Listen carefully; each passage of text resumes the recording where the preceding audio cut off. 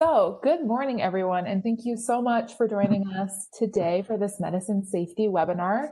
Before we jump into the presentation, I do want to go over just a few quick housekeeping items. First, I want to draw your attention to that chat box there at the lower right-hand corner. This is going to be an interactive presentation, and we will be asking for and encouraging your participation in the discussion. So you can either reply all to the whole group, or if you'd rather, you can privately message me, Allie Treichel, by selecting my name from that drop-down menu right above where you will be typing.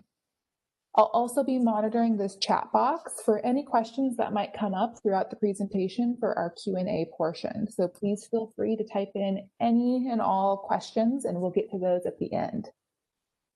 We'll also be linking to some digital materials and websites that are referenced throughout this presentation, so please be sure to keep an eye out in that chat box. This webinar will be recorded for future viewing and sharing, and the Oregon Poison Center will also be recording a translated Spanish version that will be available later this year. So thank you so much to the Oregon Poison Center. Lastly, we will be drawing some names for our medicine lockbox giveaway at random from our attendee list. You must be present to claim your prize, so please be sure to stay until the very end. And with that, I'm going to pass it off to Lucy Drum for some introductions. Lucy? Well, good morning, everyone, and thank you so much for joining us today. I'm Lucy Drum, and I'm the Community Education and Media Relations Manager for American Medical Response at AMR in Portland. I'm also the coordinator for Safe Kids Portland Metro, and Safe Kids is a nonprofit organization dedicated to preventing childhood injuries. So that's really why we're here today, is to try to make a difference. It is my pleasure to introduce Jennifer Eskridge, Master of Public Health and Certified Health Education Specialist. Jennifer is a community outreach educator at the Oregon Poison Center at OEPQ in Portland.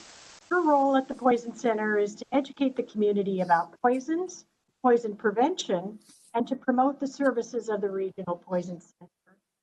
Jennifer has worked in public health and healthcare for more than 15 years in both Oregon and California.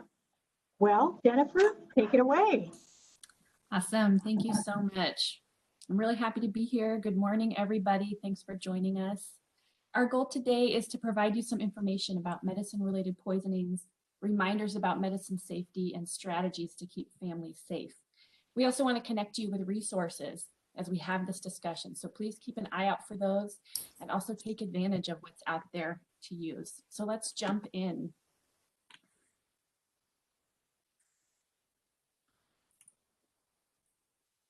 All right, so to start off, let's open up that chat. We would love to hear about a time your child or a child in your life surprised you by something that they did. So maybe it's something you didn't know they could do. Maybe there was a time that your child hid in a funny place, or you found them doing something mischievous. So again, this could be your own child or a grandchild, someone you care for, or a niece and nephew. So we'd love to hear your stories in the chat. Go ahead and open that up and let us know what you want to share.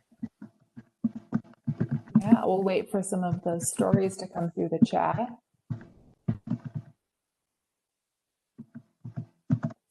While we wait for that, I know I used to be a nanny when I was in college, and the kids that I watched were constantly doing things that surprised me. One time we were playing outside and they got into the trunk of the car. I didn't know that they knew how to use the key mechanism. Be creative. Oh, we've got some stories coming through. Somebody's daughter got into sister's pain medicine. Oh boy, yep. Yeah.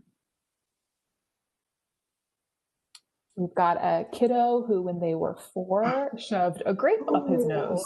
Oh boy. Foreign objects. Ouchie. A nephew who figured out how to open a bottle of melatonin, even though it was childproof.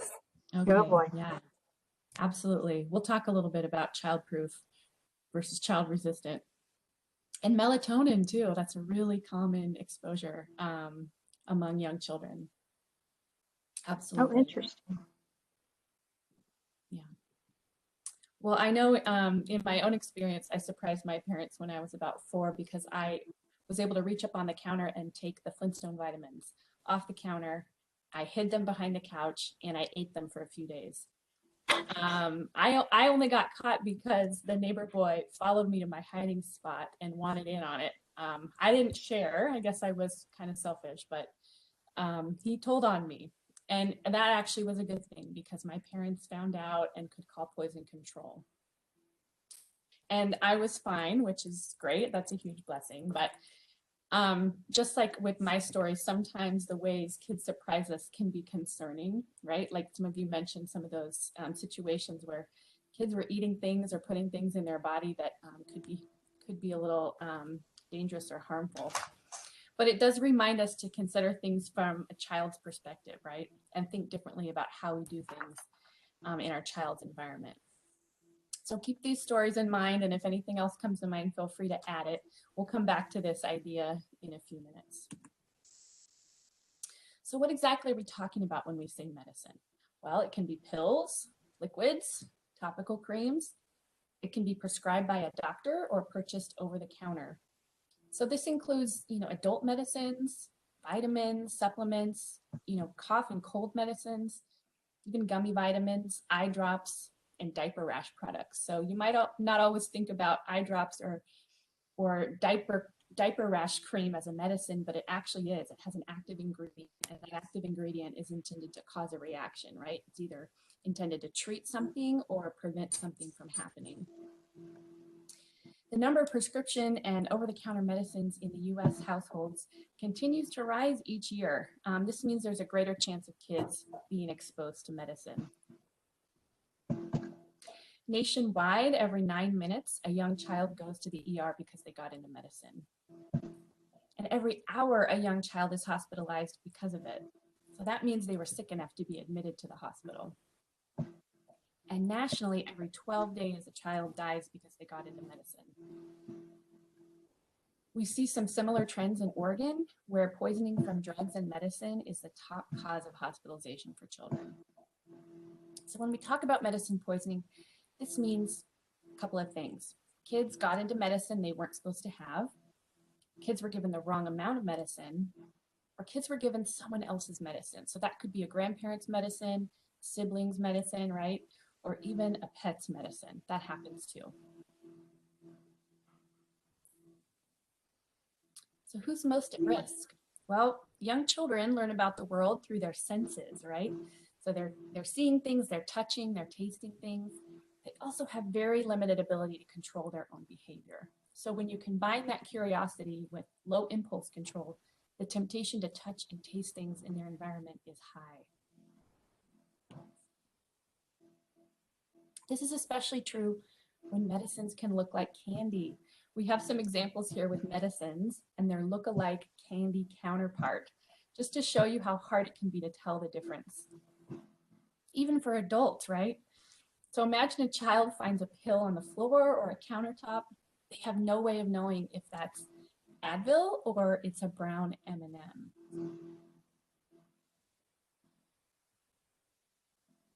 So curiosity and low impulse control is primarily why very young children, mostly 1 and 2-year-olds, are the age group that gets into medicine the most. Older children are also at a higher risk for medicine poisoning, but for different reasons than young children. Research shows that children are starting to self-medicate as young as 11, and that 90% of teens are self-administering over-the-counter medicines by the age of 16. So they're pretty independent at that point. And when older children and teens are not equipped with the knowledge and training to make safer choices, mistakes can happen. Safe Kids Worldwide did some research with parents. Most said they usually keep medicine up and away, and that's good, that's what we want. But researchers realized parents weren't thinking of pills in purses, vitamins on counters, or medicine left on a nightstand. So there's a difference, right, between where parents store medicine versus where they're keeping medicine. So these are some of the other places where kids are finding medicine, and they're not necessarily the same places where parents are storing it. So the research also showed that most parents store medicine in at least one location where it's either within reach or within sight of a child, and those are considered unsafe. Most of the time, when a child goes to the emergency room for medicine poisoning, the medicine was within the child's reach. So whose medicine is it? Well, in one study of emergency department data due to medicine exposures, 48% of the medicine involved belonged to grandparents. So we know the population is aging and living longer, right? That's a great thing. But adults over 65 tend to take more prescription medicine than younger adults. And the number of grandparents living with their grandchildren has increased by 24% since 2005. So the household is changing. The number of children living in a house where a grandparent is head of household doubled between 1980 and 2014. And 13% of grandparents care for a grandchild on a regular basis. That's also a wonderful thing. There are a lot of opportunities for interaction between kids and medicine grandparents may be using or carrying with them. Some of the common products kids get into are pictured here, right? Pain medicine, vitamins, laxatives, vapor rubs. We mentioned diaper rash products earlier. In Oregon, the most common medicine exposure calls we receive at the Poison Center for children under 5 are for ibuprofen, melatonin, that was mentioned before, children's acetaminophen, so that's like a children's Tylenol, diaper rash products, and children's vitamins, right? So from my own story, children's vitamins. And then the most common medicine exposure calls for older children and teens were also for ibuprofen, so common in homes, adult acetaminophen, antidepressants, melatonin, and more antidepressants. So you can see some similarities among both age groups with ibuprofen and acetaminophen products. Those are very, very common in our households. The products older children and teens get into are not necessarily accidents. I just want to mention that. We're seeing an increase in poisonings because older children and teens have gotten into these types of medicines to self-medicate or to harm themselves in some cases. And this is a growing trend in the last few years. Even products that seem benign, like ibuprofen and acetaminophen, can have pretty serious effects if taken in the wrong amount. Okay, so for our next audience chat, we want to know, where do you store medicine? Where do you keep it? Are those different things? Do you keep it in multiple places around your home or on your person? What comes to mind as we talk about medicines in the home? Okay, we've got some chats coming in. We've got kitchen table, medicine cabinet, purse. I know I do that a lot of times for over-the-counter ibuprofen, my purse. We've got upstairs closet on top of the fridge. That's another common one. Yeah. I know I sometimes keep medicine in the cup holder of my car on the go. It's always on me. In the pantry, in a medicine box on top of the fridge. Wow, great. Absolutely. So lots of places. Thank you guys for participating in this chat. Yeah, I think that's so common for all of us, right? These different places around the home and things, you know, when we're mobile, we have it with us. We're just, we're keeping it everywhere. So I guess keep that in mind as we consider those places that might be accessible to children. And as we talk more, maybe some more things will come to mind for you. So let's talk a little bit more about what we can do with all this, right? How can we keep kids safe? What are those strategies? What do we need to know about that? So safe storage is really top of mind in this conversation. And that means keep over-the-counter medicine, prescription medicine, vitamins, all of those things out of children's reach and sight. Even for medicine you take every day, or medicine you have to take more than once a day. Out of reach for a child generally means that medicine is kept in a drawer or cabinet that is at or above counter height. You may keep medicine in a purse, backpack, or diaper bag, right? A lot of us do that, but children can get into those pretty easily. So one strategy for that is to hang those bags on a high hook or put them on a shelf out of reach, right? So we're really trying to create that space between a child's environment and the medicine. And Jennifer, we have our last entry here. They have 2 locations high up in a cupboard in the bathroom and the kitchen. Okay, great. Yeah, high up. Great job, you guys. So 1 in 3 parents believe that if a child is being watched, then it doesn't matter where medicine is being stored. However, we know it's almost impossible to keep your eyes on a child for every single minute of the day. And this can be even more challenging when there's multiple children, right? So there's a couple of kids, or maybe you're watching your friend's kids. It becomes even harder to keep track of everything. Even when a parent or caregiver just turns their back for a minute, it's possible for their child to get into the medicine that is within their reach. This is true in my own story, right? When I got into those vitamins, I was being supervised, but I was still able to get to them. So think back to those stories that were shared about things our kiddos did that surprised us. How many of those things happened when kids were being watched? Maybe someone just turned their back for a moment, right? Took a phone call, stepped into the next room. We'll talk about some important information and strategies to create some extra layers of protection to keep your family safe. So child resistant, right? This is a topic that we continue to talk about. There is some confusion about what child resistant actually means. Child resistant packaging does not mean it's childproof. It means that the packaging meets a standard that requires it to be significantly difficult for children under 5 to open within a reasonable time. It really only slows children down if they're determined to get into it. And remember, child-resistant packaging only works if that cap or closure is resecured completely after each use, right? So you put the cap back on and then you store it safely. And then even if your child gets into it, it may give an extra 30 seconds or a minute before they can get to the medicine inside the container. So this is another reason we recommend medicine be stored out of reach and out of sight every time.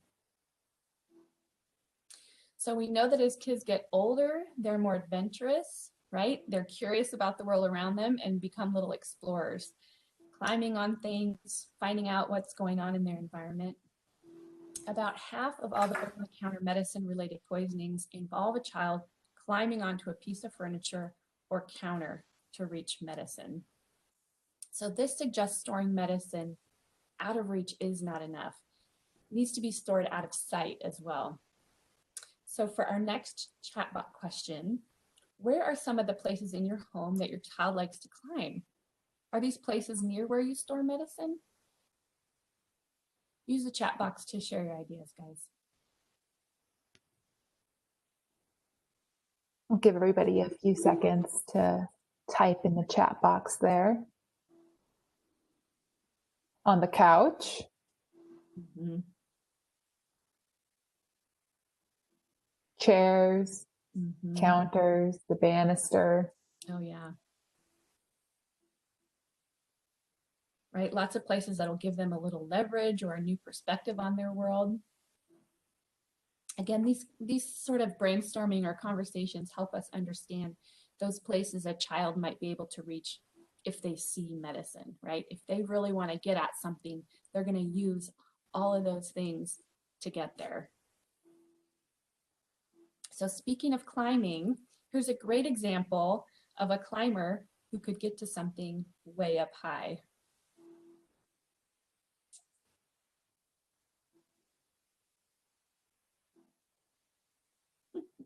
Look at her go. Oh my gosh.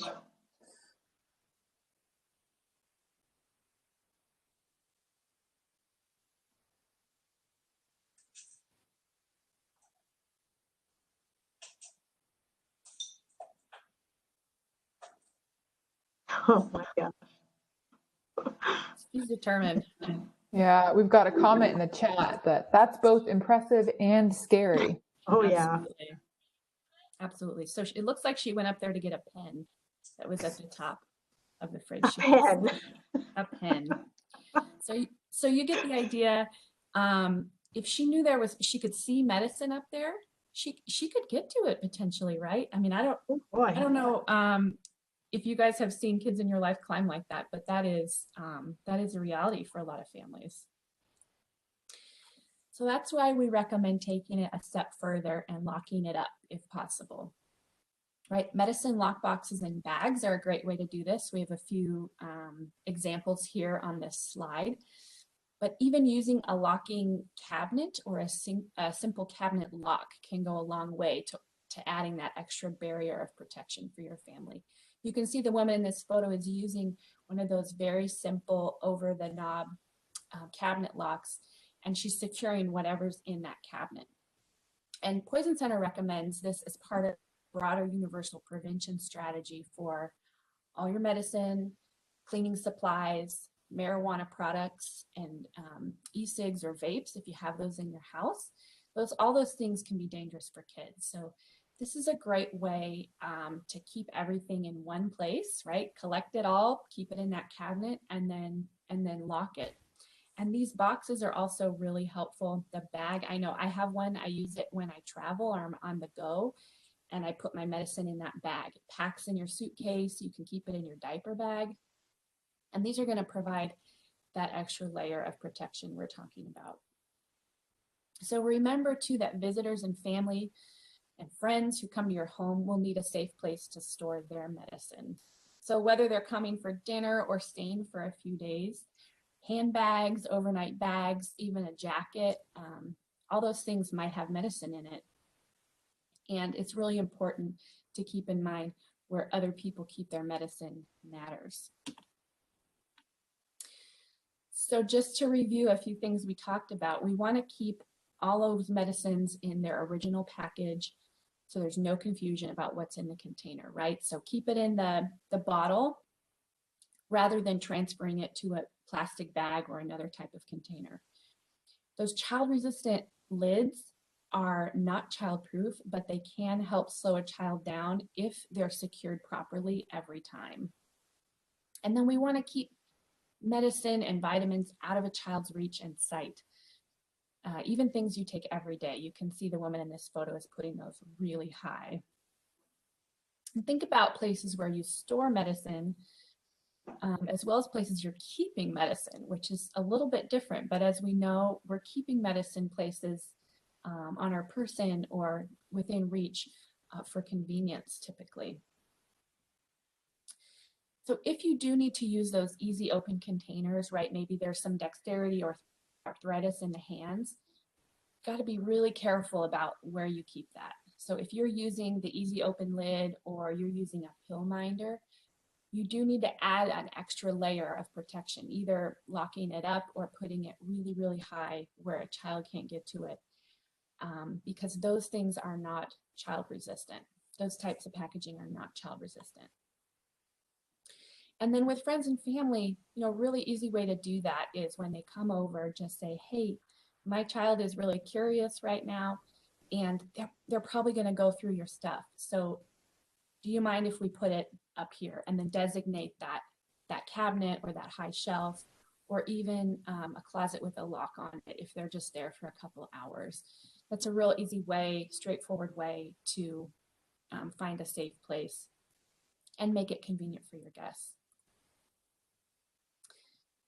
So another strategy that we want to talk about is setting reminders. So some of the research was showing medicine was being left out or easily accessible just because people needed that visual reminder to take it. So we can do some other things to remind ourselves to take medicine. So one of the things we can do is to write a note to ourselves, right? Do that sticky note right on the bathroom mirror. That's a pretty straightforward way. Setting an alarm on your cell phone is another great way to do that. You set it for 7 o'clock or whenever you need to take the medicine. And it's a daily alarm that goes off, and then that's your cue to go to your cabinet or your locked area and go find your medicine. Or, write it on a calendar. Maybe you have a big family calendar in the kitchen with everybody's activities on it, and you check that every day to see what's going on. There's another reminder, right? So we're looking for visual cues that are not the pill or the medicine themselves, so that we still remember to take it on time, but we don't have that medicine in an easy to access area. It's a much safer strategy. We also want to give medicine safely. So reading and following that label every time will give you important information on dosing, ingredients, and warnings, so that you know how much medicine to give and when it should be given. You also want to check that label for the active ingredient, right? This is something that is listed on the medication. It will be on over-the-counter medications, and you can confirm that, yes, this is what I'm intending to give my child or my family member. It's important that you don't take drugs that or give drugs that have the same active ingredients in them unless your doctor has prescribed that, because that can lead to some pretty serious side effects. So the warnings and side effects listed on the medicine will also be a reminder for you about what to do and how to administer the medicine. So just to remember that even if your child is really sick, don't give them more than the medicine label says. Giving too much or too often will not help them feel better, and it might cause harm. Okay, so this is one of my favorite visuals. When we talk about medicine safety, we also want to think about the dosing device, right? It's really important to only use the dosing device that comes with the medicine. This could be a medicine cup, syringe, or spoon. And these are good. These are great. And we want you to use the one that comes with it, right? So it's accurate. You don't want to use a kitchen spoon. Spoons are not a reliable dosing device. Their size and shape varies, so you would not be able to give the accurate dose of medicine to your child. So we have a little saying in the poison world that says, spoons are for soups, not for medicine. And it sounds a little goofy, but it is a helpful reminder. So one tip, just to make sure you keep track of the dosing device that came with the medicine, is to store them together in a plastic bag. That's a really easy way to do it. After you use it, clean out the dosing device, put it in the bag, and then put it in your cabinet or your lockbox. Keep them together. You can band them together, tape them together. Just try to remember to keep them together so that when you need to use the medicine, you have the correct dosing device. So another strategy we recommend is using a medicine schedule or a tracking tool. We have a lot going on these days, and using these tools will help bring peace of mind and keep you on track, especially if more than one person in the family is giving medicine. So for example, a spouse or a grandparent or a babysitter, you'll want to be on the same page about the medicine for the child. So you can either, print these off online. You can make your own. Everyone who's here today will get one in their safety packet after the event. But if you're going to use one, you need to make one or use one. You need to make sure you include the child's name, the name of the medicine, date and time medicine should be given, the amount of medicine that should be given, and then indicate if the scheduled dose was given. So in this example, this medicine schedule is for Jack, and he needs his medicine on Monday, 3:15 at 7 a.m. And his medicine is children's Tylenol, and the dose is 5 milliliters. And then the person in the family that gave him the medicine checks that right off, and everybody knows it's been done, and Jack is less at risk of being double dosed. If you have medicine for more than one child in your home, make a separate schedule for each child. Keep those things distinct and independent. So our next audience question is about, where do you go when you have questions about your child's medicine? Who would you call? We'll wait for some chat. Oh, we got provider, the child's doctor, a peds advice nurse. These are all great. Oh yeah, you guys are all over it. Great responses. Absolutely. So yeah, you guys have hit these right on the head. Child's doctor is a great resource. Your pharmacist is also a really good resource, or the pharmacist that lives near you. They're especially trained in drugs and medicine and can answer questions easily. Also, the poison helpline is available for this. Nurses, doctors, and pharmacists are available to answer those questions, and that's a free call too. So a little bit more about poison control and that poison helpline. Poison control should be called, you can call them if you have questions about that medicine. If someone was given the wrong amount of medicine, right? Not just children, but for adults too. Accidents and mix-ups happen for all of us. And also if someone has taken more medicine than they were supposed to, right? So you're concerned they have been double dosed or overdosed on a medication. Poison control can help with that. And the great thing is they may save you a trip to the hospital, right? So this is a great resource. When you should call 911. So there's a little bit of a difference here, and we just want to make sure you guys have these details. If someone stops breathing, if someone collapses, or if someone has had a seizure or is unresponsive, these are signs someone is in distress and they need hands-on emergency care right away. So in those cases, definitely call 911 first and get some medical treatment for that person.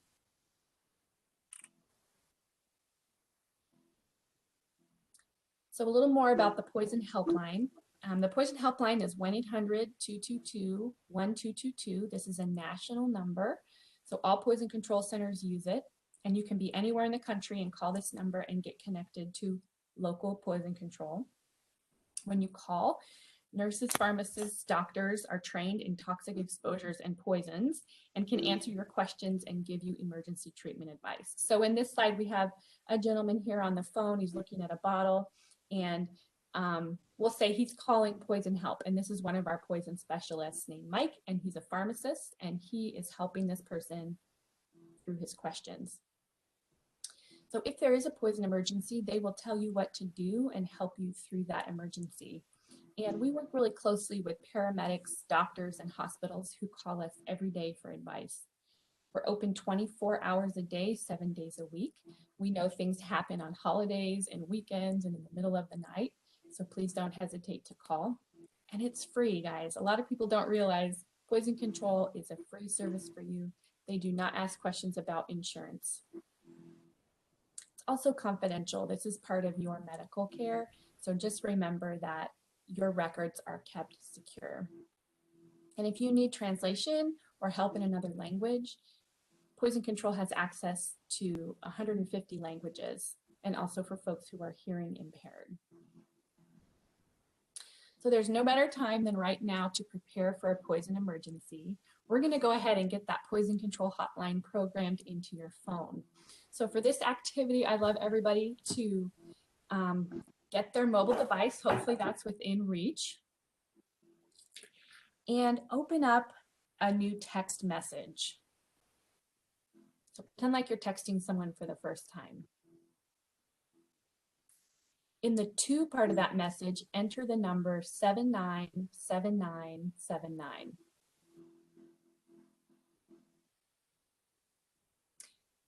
And then down in the text message portion, type the word poison.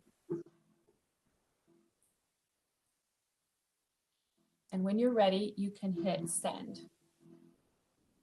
You can see from the example on the screen, you've got the 797979 in the to section and the word poison in the text message section. And what will happen after you send is you'll get this text back with a link in it. And when you click that link, it'll take you to a web page where you can click that blue button to add to your contacts. This works for iPhone and all Android devices. Might look slightly different as you do this, but once you add to contacts, that will show up as a contact in your address book. This is a great way to be prepared for a poison emergency and have that number handy should you need it. So hopefully you all were able to try that out. If you need support, put a question in the chat box and we'll help you as we go. So another great strategy is to have a safe disposal plan. Unused medicine in homes can pose risk for abuse, misuse, and accidents. And I think folks are pretty aware of the risks here after a number of years working on this. But there are a bunch of safe disposal options, and I encourage you to find one that works for you. Many pharmacies have drop boxes now right there in the pharmacy area. A lot of police stations have safe disposal year round.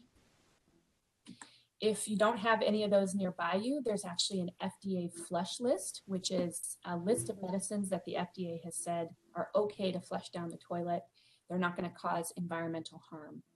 You definitely want to check your medication against that list to make sure that your medicine is on it. And then there are also year-round collection locations in different places in communities everywhere. And of course, there are DEA take-back days, and actually today happens to be the fall take-back day across the country. So these usually happen in October and April. Today is the fall event from 10 a.m. to 2 p.m. So depending on where you're joining us from after this presentation, you could round up your unused medicine, find a location, and head over and drop it off. Allie, do folks have that bit.ly link in the chat? I just sent it to the chat. So if anybody is interested in this take back days, go ahead and follow that link for more information. Thank you so much. All right, we also want to encourage you to share the information you learned today with caregivers and other people involved in your child's life. So, family, babysitters, friends and guests, they can all help you with this, especially if they're caring for your child. So remember to offer to put purses, bags, and coats out of reach. If someone is going to be giving your child medicine, talk with them about how to give it and when. Those medicine tracking tools are really helpful for that conversation. And then make sure folks have access to the Poison Help number. You can have them program it in their phone just like you did, or write it down, or get one of our stickers and put it somewhere prominent. If you have children in the 5th through 8th grade age group, Johnson & Johnson and Scholastic has put together a curriculum on over-the-counter medicine safety. This is called OTC literacy, and it's tailored for older children and young teens who are beginning to use over-the-counter medicine on their own, right? We talked about that age group. 11 is about when they start using it, and then they're pretty independent by 16. It's intended to develop over-the-counter literacy and help prepare students for real-world situations with medicine. So if you're interested in having this program at your child's school or a youth group we want you to get in touch because we can help support this. So speaking of which, American Medical Response of Multnomah and Clackamas counties, which is one of our Safe Kids Portland Metro partners and happens to be the coalition lead, is available to help with these classes. And Allison Treischel here, who's our moderator, is the primary contact for that. So if you are interested in this, please do get in touch with her. And one of our other Safe Kids Portland Metro partners and sponsors for this event is OHSU Dornbecker's Tom Sargent Safety Center. And they're available for home safety consultations and have safety items available at a reduced cost to all families. This is a great place to get those medicine lock boxes and lock bags. They have the best prices, folks, so they could be Amazon. If you need a box, this is the place to go. But again, they can do consultations in your home, and typically they would go out to your home, but I think they're doing them virtually right now. This is a free service for folks in the community. You do not have to be a patient at OHSU to use these services. So they have a website with lots of information that's listed here and contact information if you want to get in touch. Then of course we've talked about this some, but the Poison Center is available to help anytime you have a question or concern. We have poison safety materials and information on our website if you want to check that out or download it. You can also order Poison Help materials and Mr. Yuck stickers from us. So please go ahead and do that if that's something that would be helpful to you. Our website is there with a phone number as well. So that wraps up the content of our presentation today. I hope everyone enjoyed this conversation and also had some things to take away and think about. But I want to turn it back over to Allie to moderate the chat if any questions have come up. Right, and we've got a few questions I've been collecting, but if any of the participants have any more questions or comments, please go ahead and put those in the chat box now. And we'll go through the ones that I've collected so far. So the first question is, if a child was to put medicine in their mouth thinking that it was candy, wouldn't they just spit that out because it tastes bad? It's a great question. Sometimes they do, but sometimes they don't, right? So their taste buds are actually not all that developed when they're young. They may not be able to taste things the same way an adult does. And sometimes these medicines are coated with things to intentionally make them taste better. That's so adults can take them more easily. Or even children, right? That amoxicillin has that bubblegum flavor to it. So that might actually be more appealing to children. You would think they would spit it out right away, but those additives actually have created a more pleasurable experience for folks taking medicine. All right, thank you. Okay, another question we got was, do you or does the Oregon Poison Center have any specific brand or product that you would recommend as the most effective for locking away medicines? Yeah, that's a great question. You know, I don't have a specific one, but I think any of those boxes that are locking is going to add that protection that we talked about. And if you don't have access to one of those kind of boxes or feel like you can't get a hold of one, you can make one with a locking tackle box. That's something we used to do before these medicine lock boxes came on the market. We would take tackle boxes that had a hole or an opening for a lock on it, and we'd use those to put our medicine in and then find a padlock or a combination lock to put on the box. And again, these things are not indestructible. Someone is really determined they could smash it open, but it's going to help if you have small children in the home. Those things, kids are not going to be able to get through those things. I personally really like that locking bag just because it's convenient and I can put it inside other things when I'm on the go. Great, thank you. Another question we got was whether or not that poison line is just for medicine questions. Oh, that's a great question. Thanks for asking that. It is not just for medicine questions. We take calls about all kinds of things, all kinds of poisons, all kinds of exposures, plants, cleaning products, bites and stings, pesticides, things people find in the garage. And it's not just for kids either. We get a lot of calls for adult exposures as well. We get probably half for kids, but adults, have accidents and do things too. So feel free to call, and even if you're not sure there was an exposure, we can definitely help you. We got a comment, not a question, but I like it. I think it illustrates your point. Someone's child bit a hole into one of those reusable ice cubes, and they called the poison line just to be safe. Oh yeah, great. That's perfect. See, sometimes it's hard to tell, right? You don't know necessarily what's inside something. So it's a pretty quick call and they'll be able to tell you how to proceed, right? What you need to do. We keep about 80 to 90% of our home exposure calls at home, meaning people who got into things at home, we're able to keep them at home and prevent them from going to see a doctor in the hospital. And that does save people a lot of money. So we always say better safe than sorry. Got our last question here, but if anybody else has any questions, please feel free to send those in now. But what does somebody do if they can't find that dosing device that came with the medicine? That's a great question.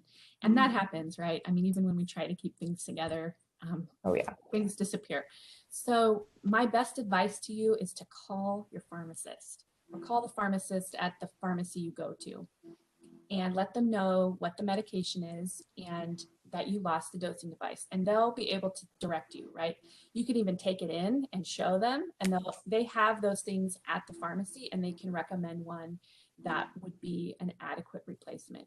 The main thing is not to use a kitchen spoon or find another cup in your home to administer the medicine. It's really important, especially with children, to keep those doses accurate. Thank you. That's all the questions that we had come in, but oh, Lucy's got one. Lucy? I do. We were talking about, well, kids at home, but and outside. So I have a question. Say your child or family member encounters poison ivy or poison oak or something like that. Is that an appropriate call to the poison center to know what to do next? Absolutely, absolutely. Yep. They'll be able to help with that and give you some advice about how to treat it. And since you brought up things outside, this is mushroom fruiting season in Oregon. So we're starting to see a lot of wild mushrooms crop up. Last year, we had the biggest mushroom fruiting season in Oregon in 20 years. So we got a lot of calls about mushroom exposures, right? Those things are right at that ground level where kids are exploring. And even adults who think, oh, that looks like a mushroom in the grocery store. I'm gonna try that out. So yeah, feel free to call about things that happen outdoors. We work with the Oregon Mycological Society and their mushroom experts to help identify mushrooms when people eat them. And also our healthcare system when folks get really sick from eating one that is poisonous. Mm-hmm. Would the parent or caregiver want to, take a picture of the mushroom? Yeah, so would that be the most helpful? Yeah. If there's a mushroom exposure, we recommend taking a photo, and if you still have the mushroom or a piece of the mushroom, put it in a paper bag and put it in your fridge. Make sure you label that bag "do not eat," right? Because we don't want people to mistake it. But if our experts can look at that closely, they can typically make a good determination about what it is. Okay. Yeah, my yard is full of them right now. So that just came to mind. Thanks. Yeah, absolutely. Great. All right. Well, again, thank you so much, folks. If you still have questions, keep them coming. We're going to be on for a few more minutes here, but I did want to remind everybody that if you registered and provided your mailing address, you will receive a safety packet in the mail, thanks to all of our webinar presenters, and you're going to get some great resources there. And also keep your eye out for a follow-up email with some links and downloads. We want to keep you well stocked with things you can use to keep kids safe.